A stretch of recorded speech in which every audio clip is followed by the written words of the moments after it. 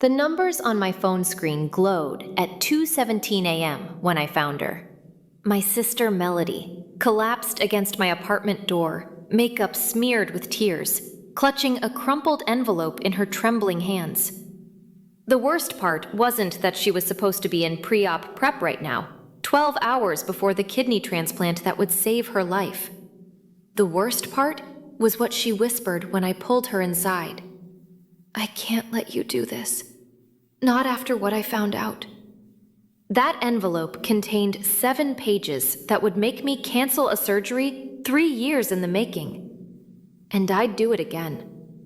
Let me back up 6 months. Melody was diagnosed with stage 4 kidney disease when she turned 28, the same age our mother was when the same disease took her. The doctors gave her 18 months without a transplant. I got tested the same day, and by some miracle, I was a perfect match. We'd been planning this surgery for 3 years, waiting for Melody's health to stabilize enough to survive the procedure. Every birthday, every holiday, every coffee date carried the weight of borrowed time. But here's what you need to know about my sister. Melody has always been the strong one. When our mom died, Melody was 14 and I was 11. She packed my lunches, helped with homework, and never once complained about growing up too fast.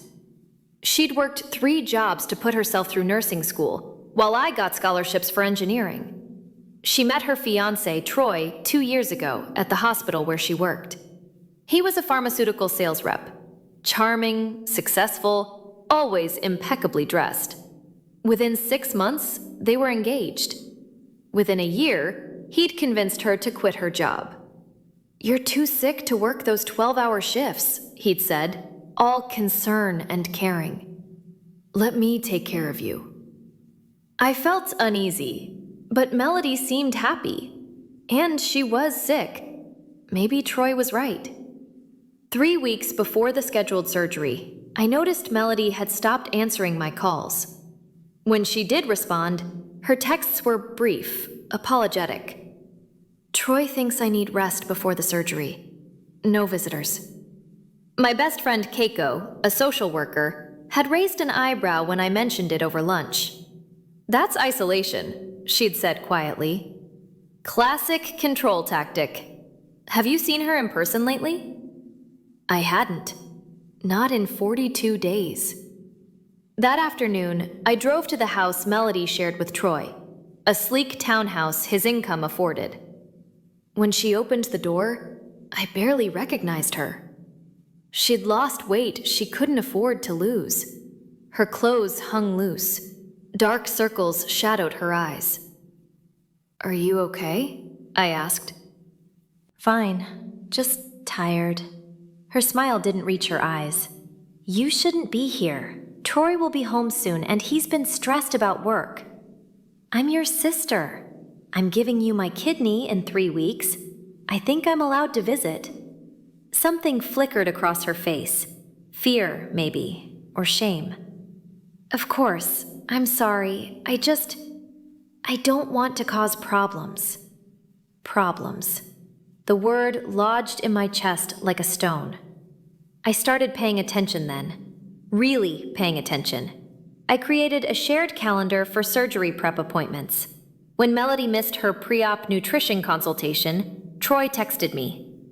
"Melody's resting. I'll make sure she eats properly. Don't worry." But I did worry. So I called the clinic. "Actually, Mr. Troy canceled that appointment," the receptionist said. "And the follow-up with Dr. Patel. He said Melody was feeling overwhelmed." My hands went cold. Those appointments weren't optional. They were critical to surgery clearance. I called Melody immediately. Troy answered her phone. "She's sleeping," he said, his voice smooth. "She's been very emotional lately. The stress of the surgery, you know. Sometimes I think she's not thinking clearly." "Let me talk to her." "I don't think that's a good idea right now. She was crying earlier, saying maybe she should just accept her fate. This whole process might be too much for her mental state." The phone clicked off. I sat in my car outside their house for 3 hours that night. At 11:34 p.m., I saw Melody through the window, standing in the kitchen, alone, staring at her phone. She looked trapped. The next morning, I filed for emergency access to Melody's medical records as her designated health proxy, a role I'd been granted when she was first diagnosed. What I found made my stomach turn. Troy had been calling her doctors, claiming to speak on her behalf. He'd requested changes to her medication schedule. He'd asked about her life insurance policy, twice. He'd inquired whether the transplant would be canceled if Melody changed her mind within 24 hours of surgery. I showed up at their house with Keiko and printed copies of everything I'd found. Troy answered the door in golf clothes. "This isn't a good time," he said. "Make time." I pushed past him. Melody was upstairs. When she saw me, relief flooded her face, quickly replaced by panic as Troy appeared behind me. "I need to talk to you," I said. "Alone." "Anything you need to say, you can say in front of me," Troy interrupted. "I'm her fiancé. We don't have secrets." "Then you won't mind explaining why you've been canceling her medical appointments?" I held up the records. "Or why you've been asking her doctors about life insurance payouts?" His face hardened. "I'm protecting her from stress. She's fragile." "I'm standing right here," Melody said quietly. Her voice shook, but she stood. "I can speak for myself." Troy's expression shifted, the mask slipping for just a second. "Sweetheart, you're not well. You don't understand the medical complexities." "I'm a nurse," Melody said, louder now. "I understand perfectly."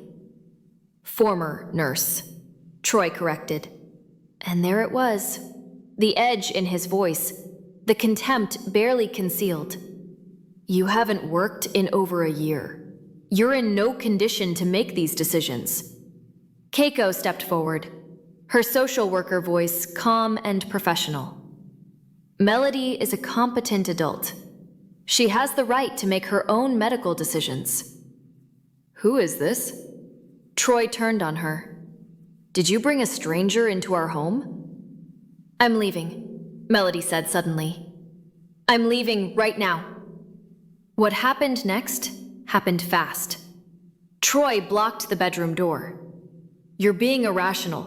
This is your sister manipulating you, making you paranoid." "Move," Melody said. "I'm not letting you destroy your life because you're having a breakdown. Move, or I'm calling the police." His hand shot out and grabbed her wrist. "Listen to me." I pulled out my phone and started recording. "Let her go. Now." He released her immediately, his expression transforming back into concern. "Everyone calm down. Melody, please. I love you. I'm trying to help you." But Melody was already packing a bag with shaking hands. Medications first, then clothes, documents. She moved like she'd planned this escape 1,000 times in her head. We were in my car 7 minutes later, Melody in the passenger seat, breathing hard. Keiko followed in her own car. "I'm so sorry," Melody whispered. "I'm so sorry." "You have nothing to apologize for." "I do." Her voice cracked. "I saw the signs. I knew something was wrong. But I kept thinking, he's taking care of me. Who else would want someone this sick? Is this broken?" My throat tightened. "You're not broken." "The surgery," she said, suddenly panicking. "It's in 3 weeks. What if he tries to stop it?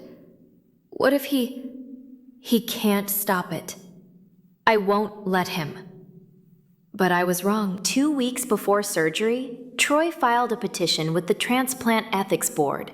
He claimed Melody was being coerced into leaving him. that I was manipulating her, using the kidney donation as leverage, that she was mentally unstable and unable to consent to the transplant. He submitted evidence, text messages taken out of context, testimony from his friends about Melody's erratic behavior, medical records showing missed appointments. He looked credible, a concerned fiancé fighting for his sick partner's well-being. The ethics board suspended the surgery pending investigation. I stood in the hospital administrator's office, hands shaking with rage. He's lying. He's been isolating her, controlling her medical care. We have to take these allegations seriously, the administrator said. Patient safety is paramount. If there's any question about coercion. Coercion? He's the one who's been coercing her! The board will interview both of you separately. We'll review all the evidence, but until then, the surgery is on hold. Outside, Melody sat in a wheelchair. She was too weak now to walk long distances, staring at nothing. When I told her, she didn't cry. She just nodded, like she'd expected this. "He's going to win," she said flatly. "He always wins."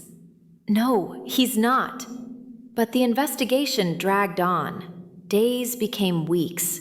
Melody's kidney function declined, her numbers dropping from 38% to 32% to 27%. She started dialysis 3 times a week, coming home exhausted and gray. I gathered evidence obsessively. I documented every controlling behavior, every canceled appointment, every lie. But Troy had resources. Expensive lawyers, character witnesses, a narrative about a devoted fiancé worried about his mentally ill partner. Then, at 2:17 a.m., on what should have been surgery prep night, Melody showed up at my door. Inside my apartment, Melody collapsed on my couch, the crumpled envelope still clutched in her hand. "I broke into Troy's home office," she said. Her voice was hollow, exhausted. "I knew he was hiding something. I could feel it." She handed me the envelope with shaking hands. Inside were insurance documents, a life insurance policy on Melody, taken out 6 months after they started dating, before she'd even been diagnosed. $2 million. Troy was the sole beneficiary. But it wasn't just the policy, it was the dates. Troy had increased the coverage 3 times. Always right after Melody's diagnosis worsened. The most recent increase was dated 1 week after we scheduled the transplant surgery.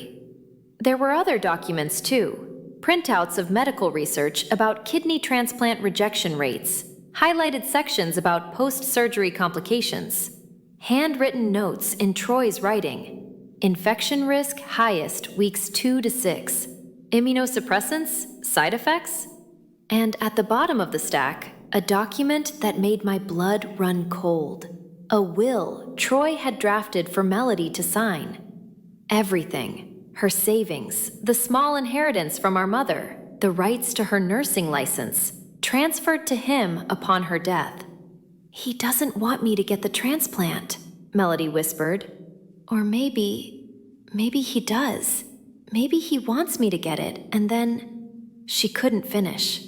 I thought of Troy's questions to her doctors, the canceled appointments meant to weaken her before surgery, the isolation designed to make her dependent, breakable. He'd been planning this for 2 years. "We have to go to the police," I said. "With what? Suspicious insurance documents? Notes about medical research? His lawyers will say he was just being prepared, just worried." Melody's laugh was bitter. "He's right. He always wins." I looked at my sister, this woman who'd raised me, who'd sacrificed everything, who was dying because a monster saw profit in her death. "No," I said, "not this time." At 6 a.m., I called the hospital ethics board chair, Dr. Winters, and requested an emergency meeting. Then I called a lawyer friend who specialized in elder abuse and medical coercion, close enough to what we needed. By noon, we sat in a conference room. Me, Melody, our lawyer, Dr. Winters, the hospital's legal counsel, and a detective from the Financial Crimes Unit Keiko had connected us with. I laid out everything methodically. The timeline of Troy's behavior, the medical appointment cancellations, the insurance policy increases, the research about transplant complications, the unsigned will. None of this proves intent, the hospital lawyer said carefully. Then add this. Melody opened her phone with trembling hands. For the past 3 days, she'd been documenting everything. She'd recorded Troy's phone calls, the ones where he told her doctors she was too emotional to attend appointments. She had texts where he'd threatened to handle me if I didn't stop interfering. She'd photographed the notes in his office, the highlighted medical journals, the calculations he'd made about her life expectancy versus insurance payout schedules. Most damning, she'd saved voicemails. In one, recorded a week earlier, Troy had lost his temper when Melody asked about the insurance policy. "Why do you care? You'll be dead anyway. At least this way, your life will have meant something. You'll finally contribute financially instead of being a burden." The room went silent. The detective leaned forward. "I'm going to need copies of all of this." Dr. Winters looked pale. "The ethics hold is lifted immediately. We'll schedule the surgery as soon as Melody is stable enough." "No," Melody said. Everyone turned to stare at her. "I need more time," she said quietly, looking at me. "The past 3 weeks on dialysis, the stress. My body isn't ready. Rushing into surgery now could kill me just as surely as waiting." She swallowed hard. "I need 6 weeks, 8 maybe, to get stronger, to process this, to do it right." I wanted to argue. Every day we waited was a risk, but I saw the determination in her eyes, the nurse's knowledge of her own body. 8 weeks, I said, and we do this on your terms. Troy was arrested 3 days later.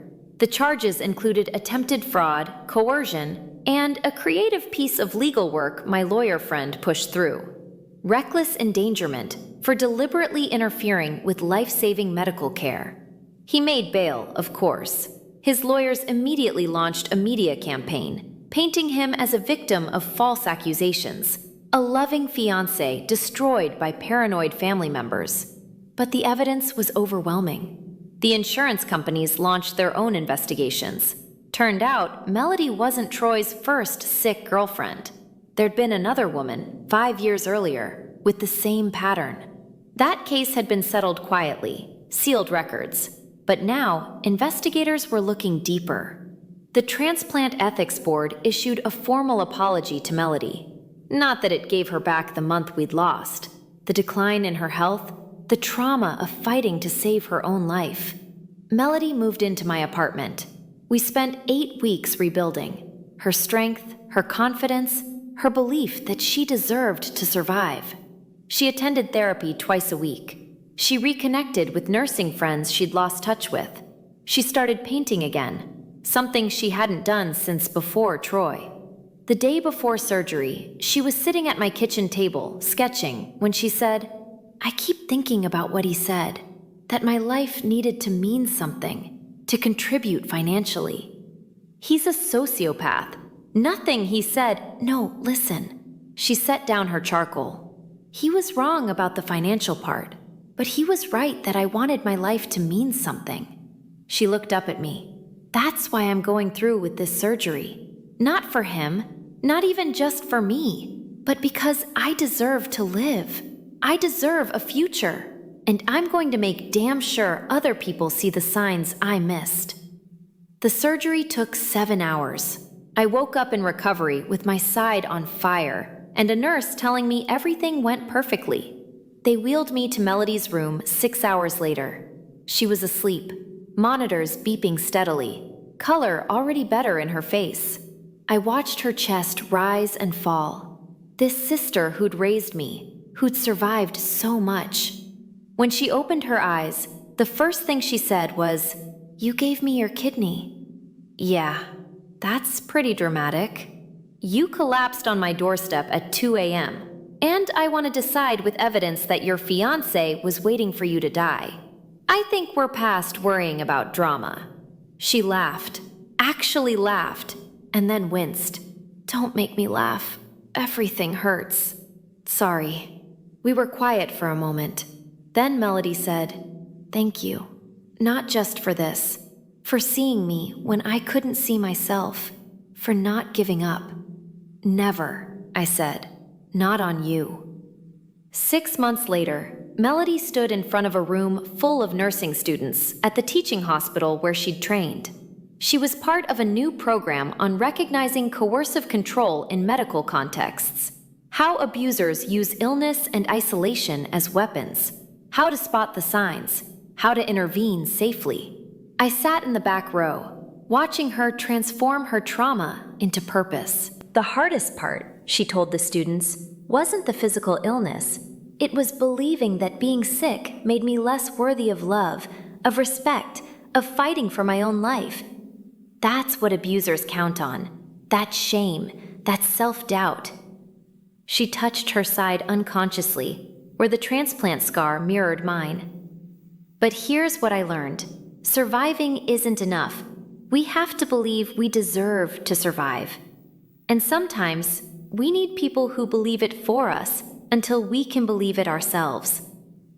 After the presentation, a young woman approached Melody hesitantly. "My sister's boyfriend has been doing something similar," she whispered. "Can you help?" Melody took her hand. "Yes," she said simply. "Let me tell you what to look for."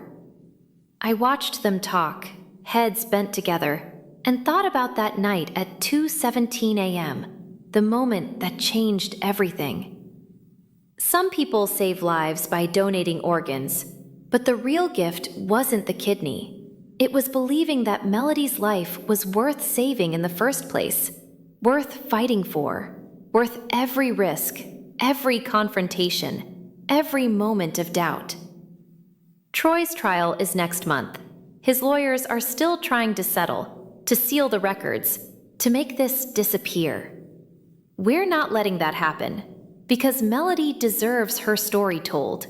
She deserves justice. She deserves a future. And now, finally, she's building one.